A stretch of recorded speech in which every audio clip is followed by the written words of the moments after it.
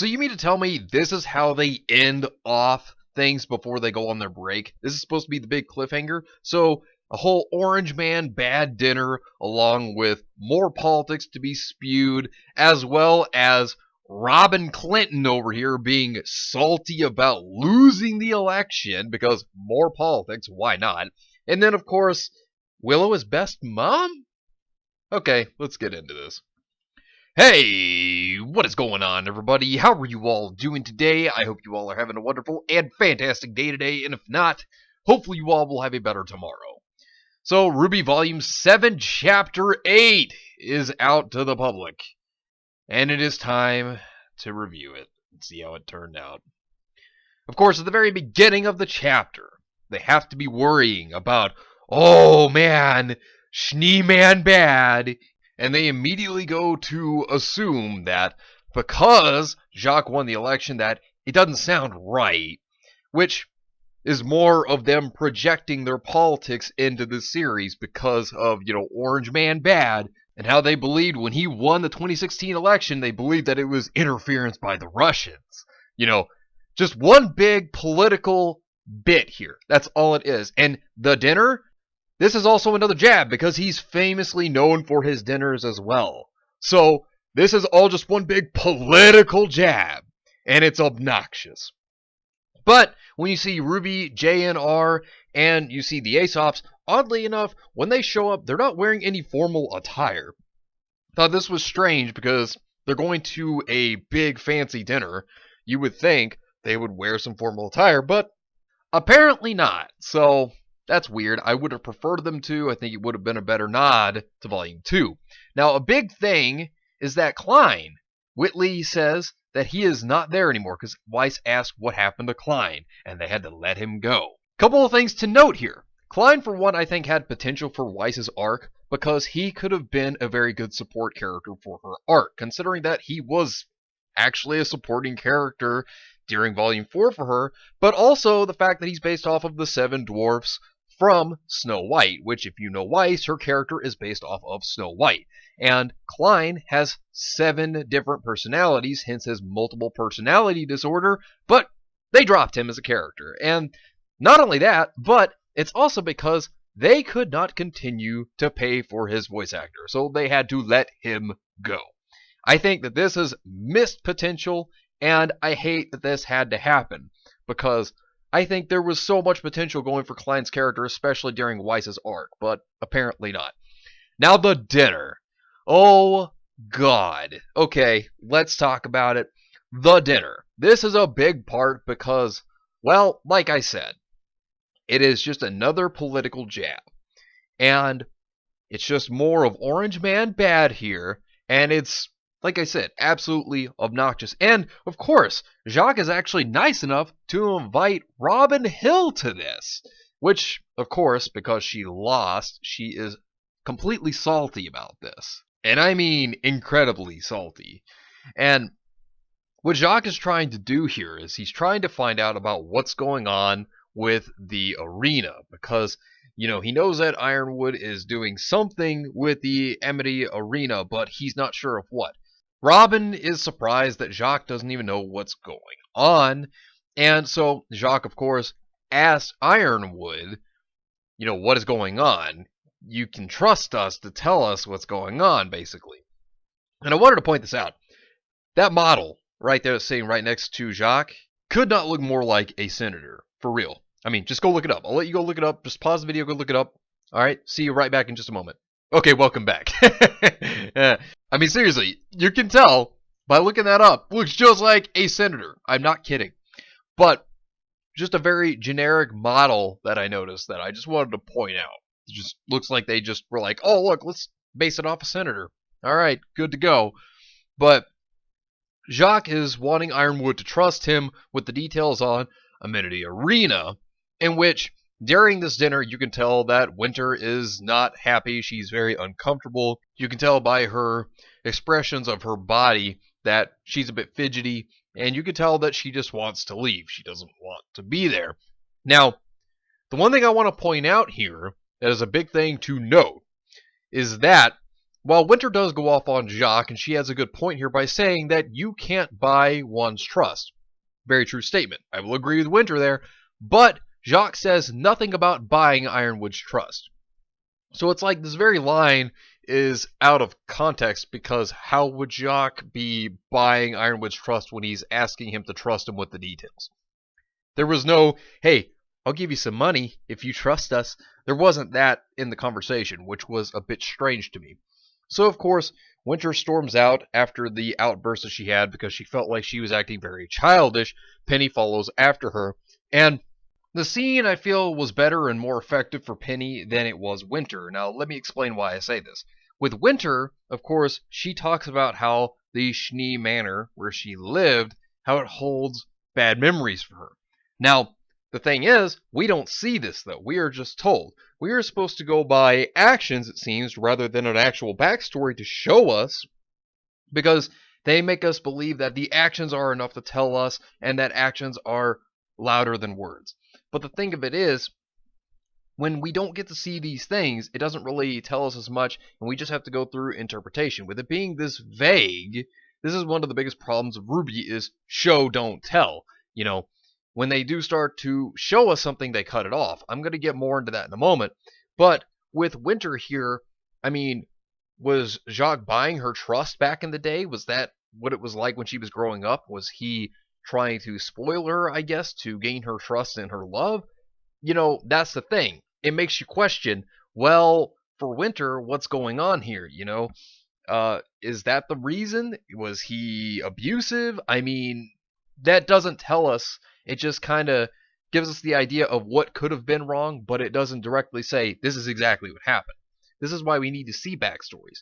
As for Penny, now why I say this scene was better for Penny than it was Winter, is because this shows you that Penny is still trying to understand human emotion, and we haven't seen this since Volume 2.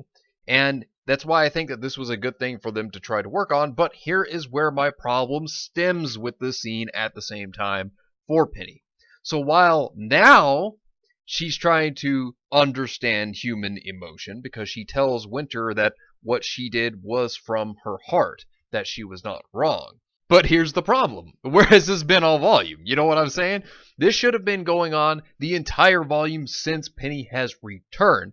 But instead, because if you were to go from chapter 1 all the way to this chapter now, this is the only time it's being brought up. I mean, whenever she's reintroduced in chapter 1 after she's been brought back to life, despite the fact that that just damages volume 3, but the thing of it is that we don't see this exploration of human emotion from Penny, which we should have seen. And then the next time they try to work on her character is in chapter 5. And even then, within chapter 5, what do we get out of her? She wants to make friends. It's not understanding human emotion, but then when we get right here, it is her trying to better understand human emotion. So this is something I think that could have been better, and I think that the scene could have been better, and even the dialogue between Penny and Winter, they could have possibly moved this to another episode, a later episode, but, I mean, it's just I find some issues with that. It just feels like a rushed way to try to set up a backstory for Winter, even though they could have actually just gone into it. So now, Whitley, let's talk about him and that whole scene between him and Weiss. Now, this to me just comes off more as siblings acting like siblings. I mean, you know, you have a little bit of banter between both.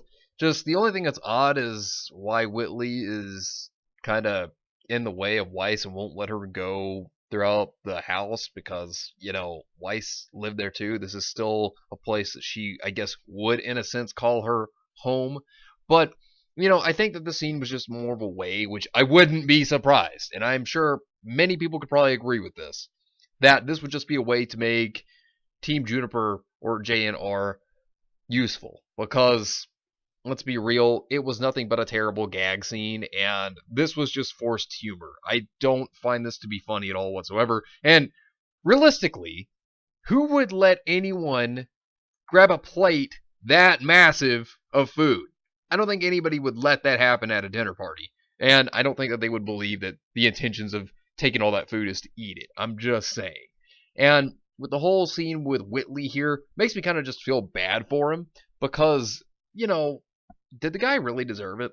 And then, of course, everybody basically was being used in some way or form, except for Ruby, Blake, Yang, and Oscar, which they just kind of stood around and, laughed and thought it was funny about what happened to Whitley, which I'm going to get more into talking about Whitley in a moment.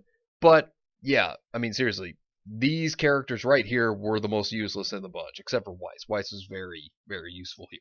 Because when Weiss goes to the office of her father, this is where the big reveal of Willow comes in. And here's what I'm going to say about Willow.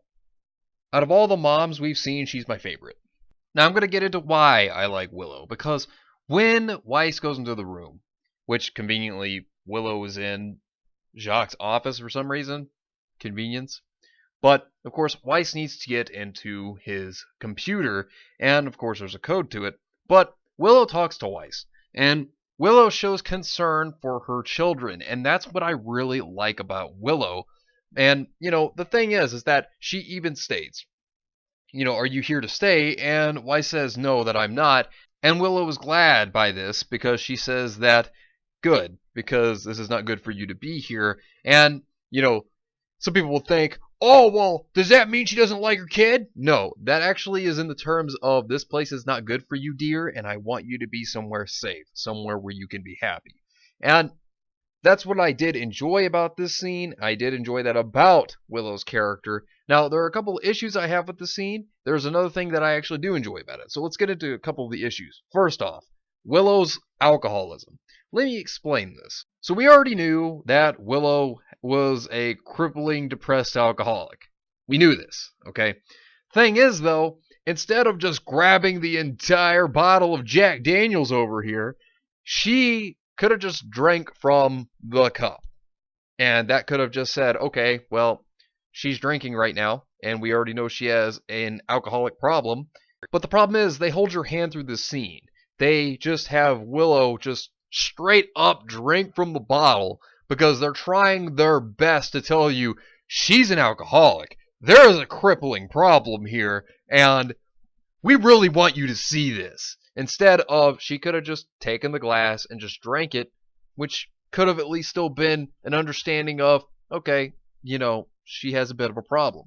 But they want to show it as big as they can. Rather than being subtle about it, they have to just be as open as possible and just throw it in there that, yes, Willow is an alcoholic. But the thing about this is that when you see Willow drinking here also, okay, this is another thing you have to take into consideration.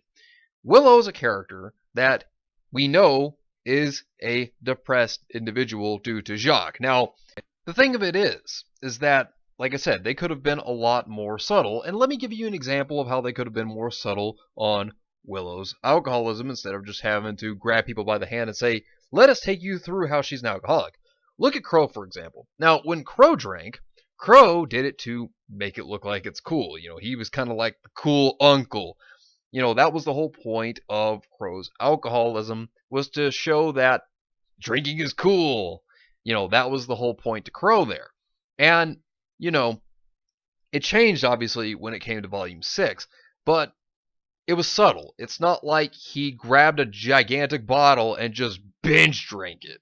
I mean, he didn't do that. Now, of course, in Volume 6, they did change it up a little bit and tried to show him drink a little more when he got depressed after the whole Ozpin backstory being revealed. And then at the Brunswick Farm arc, we started to see him drink a bit more. But before that, all we saw was him subtly drink every once in a while. It wasn't all the time. And it's not like he just grabbed a bottle and it's like, okay, well, I definitely can tell he's an alcoholic, and a big one at that. It was subtle. And it really didn't have to be this big whole thing with Willow. They could have just subtly shown this. Now, the other thing I want to point out here is that with Crow, which I consider this to be Ben Bronwyn because Crow has been and gone, and this is Ben Bronwyn who's taken his place. But I don't think the writers understand how alcoholism or addiction works, because you can't just go cold turkey if you're trying to quit that stuff, especially if your body has been so used to and dependent upon whatever you were addicted to. You have to slowly over time get off of it. And I don't think they understand how it works. So I have to say that about the writers. I just wanted to point that out. I don't think they know how addiction and alcoholism works, but, I'm just saying, because you can die from just going cold turkey. Just saying.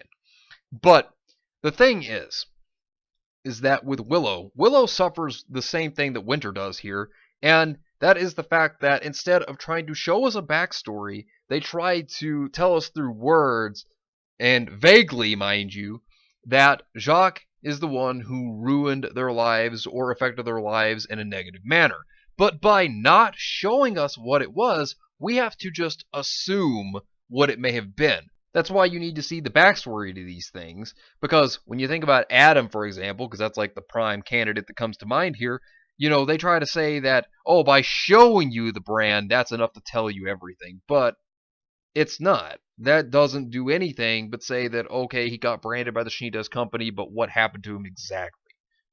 That doesn't tell you what exactly happened to the guy. And just because you hear the story from Blake's perspective does not mean that she knows the character like the character knows themselves. Because, nobody knows themselves better than who they are. Just saying. But with Willow here, the thing is, they really needed to show the backstory to what Jacques did that just made her a crippling, depressed alcoholic. We need to understand that better, and the way that that could have been done better is by, well, showing it. Just saying. So, they needed to show a backstory. That's really what I'm getting at here. That goes the same for Adam.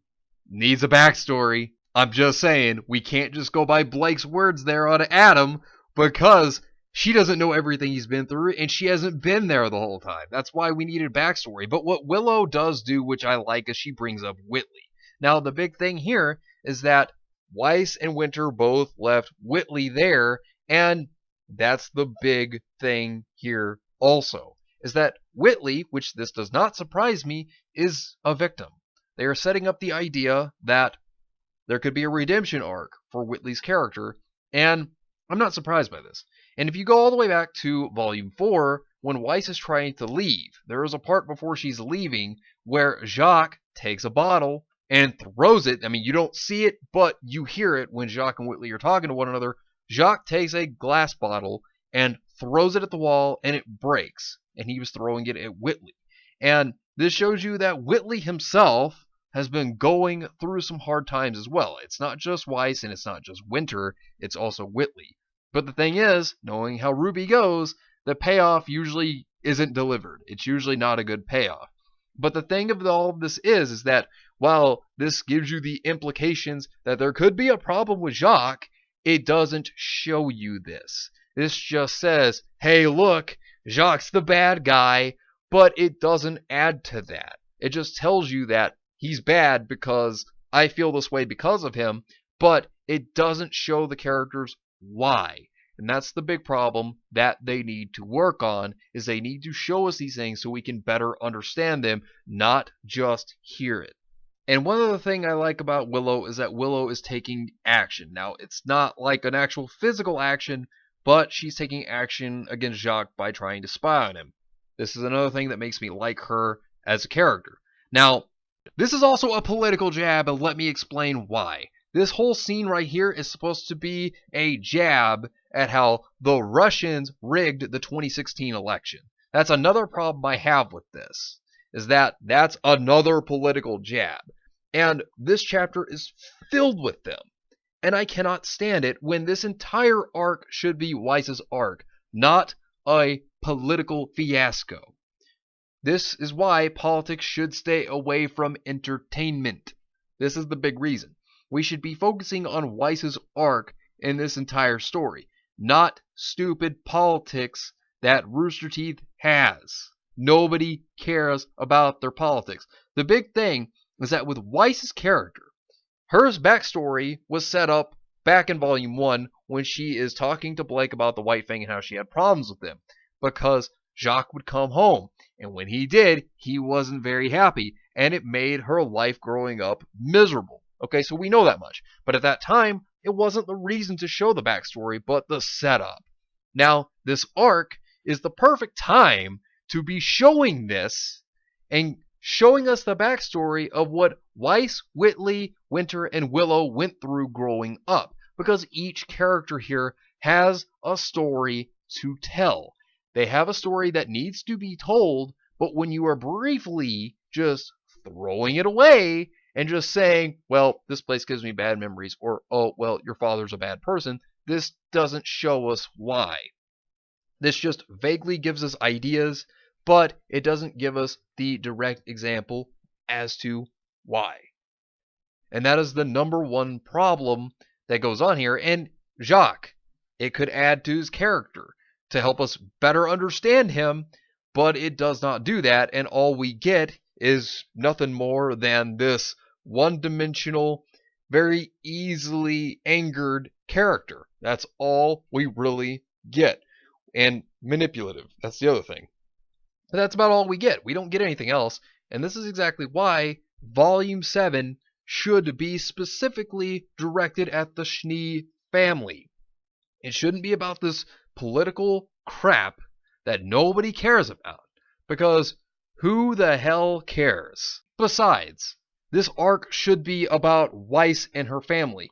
The whole entire volume should have been about Weiss and her family instead of this political garbage we're getting in the volume. And as for the cliffhanger with Watts, how much do you want to bet that they are going to just go ahead and do what they've done with the other cliffhangers in this volume and just have them just be resolved off screen?